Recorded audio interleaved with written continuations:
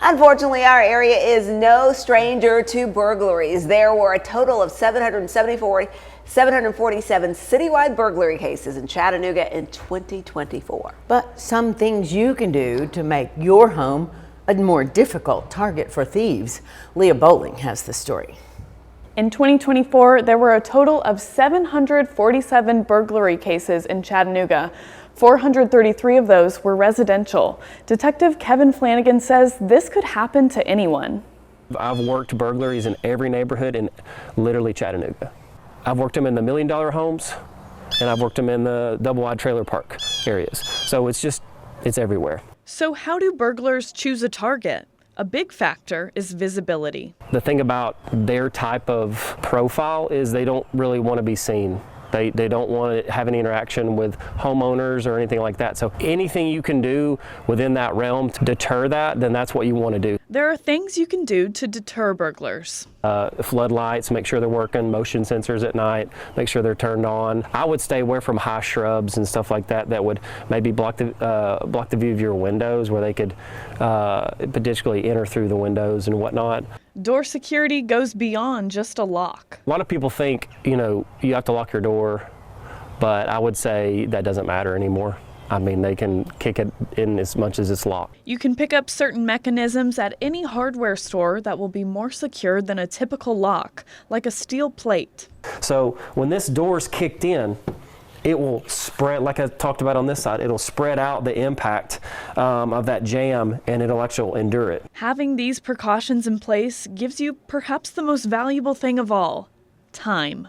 If you can delay, and make it harder for them to get these things, then it gives us time to get on scene and actually catch them in the act. So I would say bolt your safes to the floor, bolt them to the wall, bolt them to the concrete. He also recommends an audible alarm system that alerts law enforcement. Now, let's talk cameras. It's important they're clear and they have adequate storage. I would probably recommend something that's cloud-based, which is I think most of them now. If it's on the cloud, they don't have a problem. They can rip the camera off the wall and it still record them ripping it off the wall until the power goes out at that actual camera. A good camera system will help law enforcement with evidence collection. Another way to do that is to write down serial numbers for those big valuable items in your home.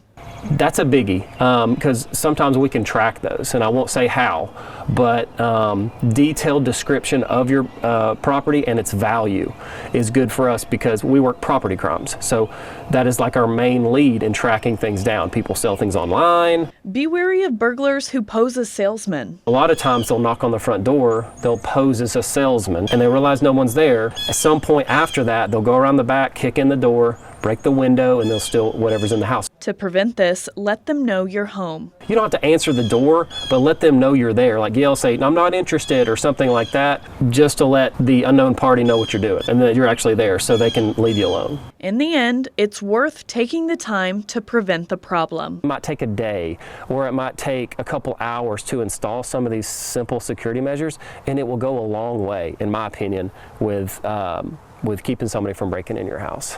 Renters can also install these security measures. Just run it by your landlord first before installing anything permanent. I'm Leah Bowling, Local 3 News. If you're leaving for a vacation, consider not widely promoting your actions on social media. This can be a simple way to make sure your home is vacant by a thief. Yeah, we hear about that. Remember, there was a big thing with a lot of athletes, and they would post, and then their homes got broken into. Also, tell a close neighbor how long you'll be gone and what cars they should expect to see in the driveway, so that someone else is also looking out for you. Just a lot of common sense. Yeah, exactly. That is. You have to think to do it. All right.